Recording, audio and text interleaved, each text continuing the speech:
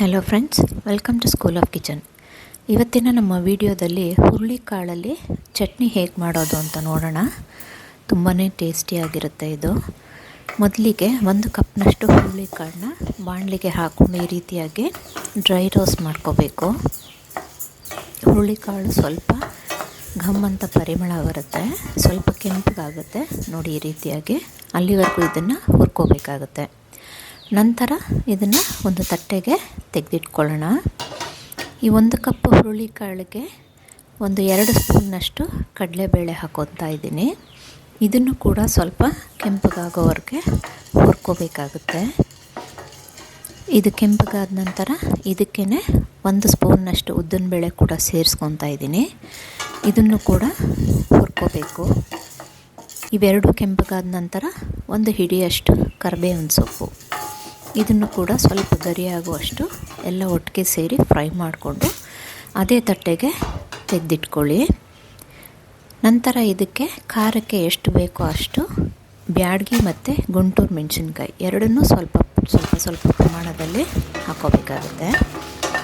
ಇದನ್ನು ಕೂಡ ಏನು ಹಾಕದೆ, ಎಣ್ಣೆ ಅಥವಾ ಏನು ಹಾಕ್ದೇ ಇದನ್ನು ಹಾಗೆ ಡ್ರೈ ರೋಸ್ಟ್ ಮಾಡಿಕೊಂಡು ಇದನ್ನು ಕೂಡ ಹುರುಳಿಕಾಳಿರೋ ತಟ್ಟೆಗೆ ಸೇರಿಸ್ಕೊಳ್ಳಿ. ಈಗ ಇದೆಲ್ಲ ಸ್ವಲ್ಪ ಹೊತ್ತು ತಣ್ಣಗಾಗೋಕ್ಕೆ ಬಿಡಬೇಕು. ಇದಕ್ಕೆ ಸ್ವಲ್ಪ ರುಚಿಗೆ ತಕ್ಕಷ್ಟು ಉಪ್ಪು, ಒಂದು ಸ್ವಲ್ಪ ಬೆಲ್ಲ, ನಂತರ ಹುಣಸೆಹಣ್ಣು ಇದಿಷ್ಟನ್ನು ಹಾಕಿ ಎಲ್ಲವನ್ನು ಒಂದು ಮಿಕ್ಸಿಗೆ ಈ ರೀತಿಯಾಗಿ ಟ್ರಾನ್ಸ್ಫರ್ ಮಾಡ್ಕೊಳ್ಳಿ. ಎಲ್ಲನೂ ಈ ರೀತಿಯಾಗಿ ಬಗ್ಗಿಸ್ಕೊಂಡ ನಂತರ ಇದನ್ನು ಹಾಗೆ ನೀರು ಹಾಕ್ದೇ ಮೊದಲು ಒಂದು ಸಲ ಡ್ರೈ ರೋಸ್ಟ್ ಮಾಡ್ಕೋಬೇಕು, ಗ್ರೈಂಡ್ ಮಾಡ್ಕೋಬೇಕು. ಇದನ್ನು ಗ್ರೈಂಡ್ ಮಾಡ್ಕೋಬೇಕಾಗುತ್ತೆ ನೀರು ಹಾಕ್ದೇ ಮೊದಲು.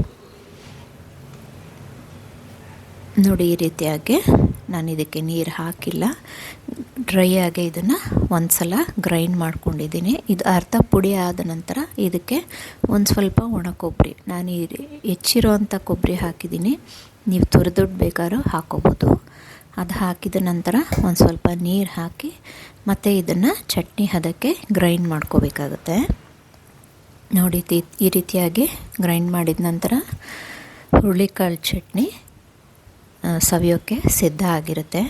ಈಗ ಇದಕ್ಕೊಂದು ಸಣ್ಣ ಒಗ್ಗರಣೆ ಮಾಡ್ಕೊಳ್ಳೋಣ.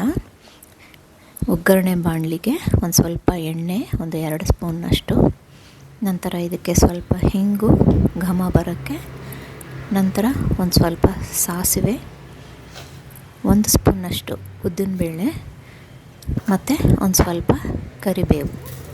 ಸಾಸಿವೆ ಮತ್ತು ಉದ್ದಿನಬೇಳೆ ಎರಡು ಹುರ್ಕೊಂಡ ನಂತರ ಇದಕ್ಕೆ ಒಂದು ಸ್ವಲ್ಪ ಕರಿಬೇವು ಹಾಕಿ ಇದನ್ನು ಸ್ವಲ್ಪ ಫ್ರೈ ಮಾಡಿ ಆ ಚಟ್ನಿಗೆ ಇದನ್ನು ಹಾಕೊಂಡ್ರೆ ತುಂಬಾ ಟೇಸ್ಟಿಯಾಗಿರುವಂಥ ಹುರುಳಿಕಾಳು ಚಟ್ನಿ ಇಡ್ಲಿ, ದೋಸೆ, ಚಪಾತಿ ಅಥವಾ ಅನ್ನಕ್ಕೂ ಕೂಡ ಕಲಿಸ್ಕೋಬೋದು. ತುಂಬಾ ಟೇಸ್ಟಿಯಾಗಿರುತ್ತೆ. ನೀವು ಕೂಡ ನಿಮ್ಮ ಮನೆಗಳಲ್ಲಿ ಈ ರೆಸಿಪಿನ ಟ್ರೈ ಮಾಡಿ ರುಚಿ ಹೇಗಿತ್ತು ಅಂತ ಕಮೆಂಟ್ ಸೆಕ್ಷನ್ನಲ್ಲಿ ಖಂಡಿತ ತಿಳಿಸಿ. ಈ ಹುರುಳಿಕಾಳು ಚಟ್ನಿಗೆ ಕಾಯಿ ಕೂಡ ನೀವು ಹಾಕೋಬೋದು ಕೊಬ್ಬರಿ ಬದಲು, ಅದೂ ತುಂಬ ಟೇಸ್ಟಿಯಾಗಿರುತ್ತೆ. ನಿಮಗೆ ಇನ್ನೂ ತೆಳ್ಳಗೆ ಬೇಕು ಅಂದರೆ ತೆಳ್ಳಗೆ ಬೇಕಾದ್ರೂ ಕೂಡ ನೀವು ಈ ಚಟ್ನಿನ ಮಾಡ್ಕೋಬೋದು. ಇಷ್ಟೇ ಸ್ನೇಹಿತರೆ, ಹುರುಳಿಕಾಳು ಚಟ್ನಿ ಸವಿಯೋದಕ್ಕೆ ಸಿದ್ಧ ಆಗಿದೆ. ನೀವು ಎಲ್ಲ ನಿಮ್ಮ ಮನೆಗಳಲ್ಲಿ ಇದನ್ನು ಟ್ರೈ ಮಾಡಿ ರೆಸಿಪಿ ಹೇಗಿತ್ತು ಅಂತ ಖಂಡಿತ ತಿಳಿಸಿ. Thank you.